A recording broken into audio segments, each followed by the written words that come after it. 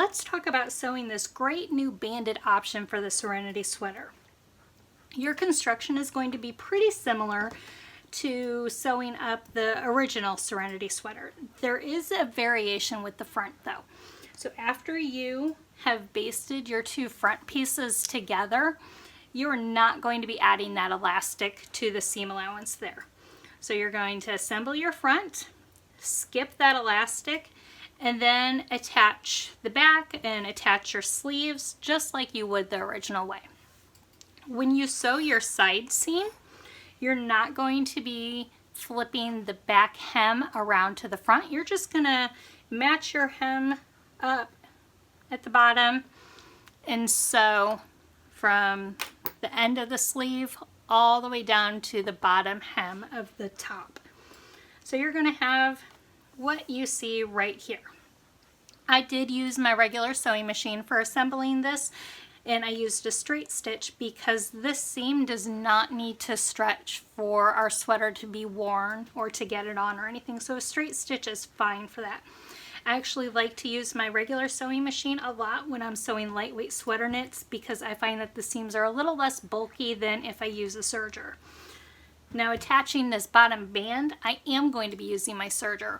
If you don't have a serger, you're going to want to use a stretch stitch of some sort to attach your band because this seam will need to have stretch to be worn. So here's our band, and I've already sewn it, but I'm going to walk you through it real quick. So when you sew your band, you're going to take it and you're going to fold it right sides together, line up your short edge, and then sew in place. You can use a straight stitch for that. I actually prefer it because that allows me to press that seam open, and then I get a really nice flat seam when I turn my fabric so that it's wrong sides together and my long edges are lined up. Right like that. That seam practically disappears on its own. So after you have your band constructed, let's find our quarter points. I like to start with that side seam and mark, lay your band out, and this fold over here is our first mark, or I guess our second mark. Take these two, match them up, and refold our band.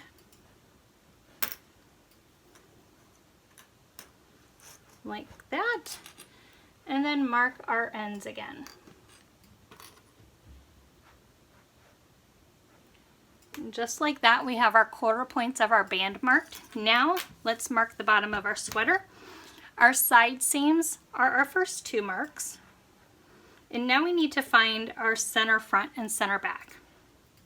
To do this, take your side seams, match them together, and then refold your sweater so that you have the fronts and backs folded in half. So our side seam right down to center, back, and our front.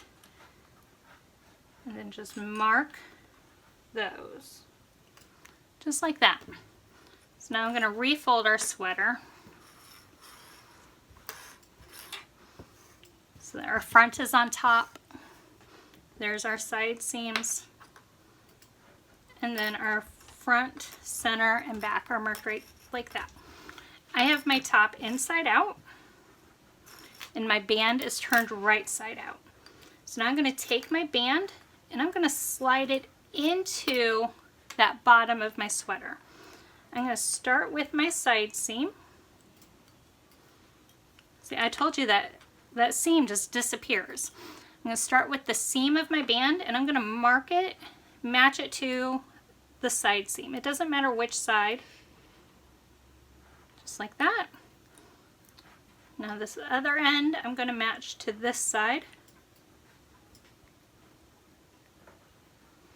And now I'm going to match this to the front. And this last one matches to the center back. So our band is inside our sweater. So our band is against the right side of our sweater. and all of the raw edges are lined up. Now you can see the band is just a little bit shorter than our sweater. That's fine. We're going to stretch the band, not the sweater, as we attach it. So you're going to want a serger or a stretch stitch for this part. So for your stretch stitch, I like just a basic zigzag stitch. I tend to make it a little bit longer and slightly narrow, not super narrow. A lot of people are fans of the lightning bolt stitch or a 3-step zigzag. Any of those are fine. Okay, so now you can see that this band is a little bit shorter than that piece. So just gently stretch so that the band will match the length of the bottom of the sweater, and then sew into place.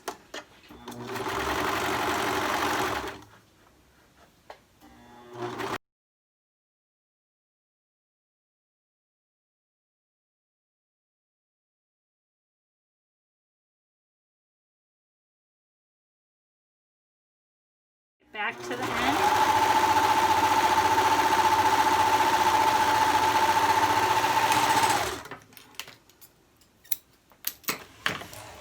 Trim. And there is our band attached. You can see it's a little bit wavy. That is fine. It's just the nature of sweater knits. Once I go press that, that will lay nice and flat and resolve itself. So you can see I still have my basting stitch from when I sewed the fronts together. So I'll remove that. If you don't want to remove that, just attach that band with a 1/2 inch seam allowance and then you won't have to unpick that. So there we go. That is the band of our Serenity sweater. I thought it would be fun to add cuffs to the Serenity sweater. So to do this, I borrowed the cuff piece from the new Breckenridge Henley. I really liked how long the cuff piece is, and the shaping just gives a really nice fit. So you want to fold your cuff piece in half and then sew the V'd edge together. And then I like to use a straight stitch for that. Press my seam open and then fold your cuff so that the wrong sides are together. Just like that. So we have our cuff piece. Now I'm going to take the cuff, and this is the seam, and I'm just going to fold it in half with the seam on one end and then mark this other end. And with our shirt inside out, I'm going to slide the cuff into the end of the sleeve here. So I'm going to match the bottom seam up to the bottom seam of the sleeve.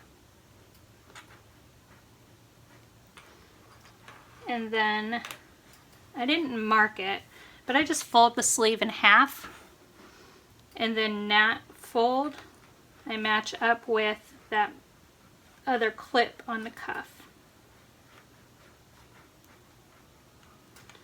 Clip it in place and work that cuff into the sleeve.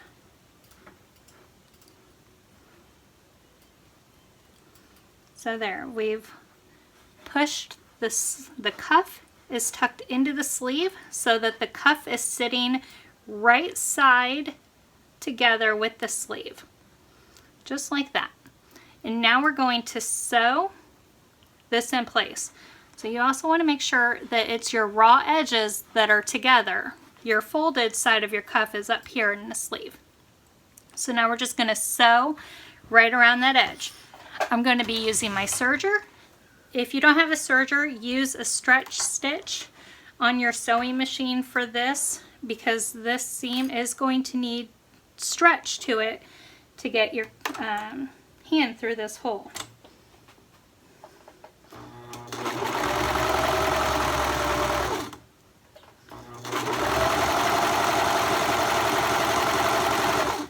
the cuff is slightly smaller than the bottom of the shirt, or the cuff is slightly smaller than the bottom of the sleeve. All right, one more time. The cuff is slightly smaller than the bottom of the sleeve, so you will have to stretch your cuff slightly as you attach it. I'm just going to turn this right side out here. There we go. So you do have a few modifications to make to add a cuff. When you determine which cuff you want to use, you need to shorten your sleeve by that same amount. So just measure the cuff. If you're using the Breckenridge pattern, you want to fold it in half first so that you're measuring the finished length of the cuff, and then remove that amount minus seam allowance from the end of the sleeve. And then I just adjusted the width of my sleeve a little bit so that it matched the width of the cuff. But I just thought that a cuff would be a really fun addition to go with this banded option that the Serenity Sweater now has. So that is how you would add the Breckenridge cuff to the Serenity Sweater.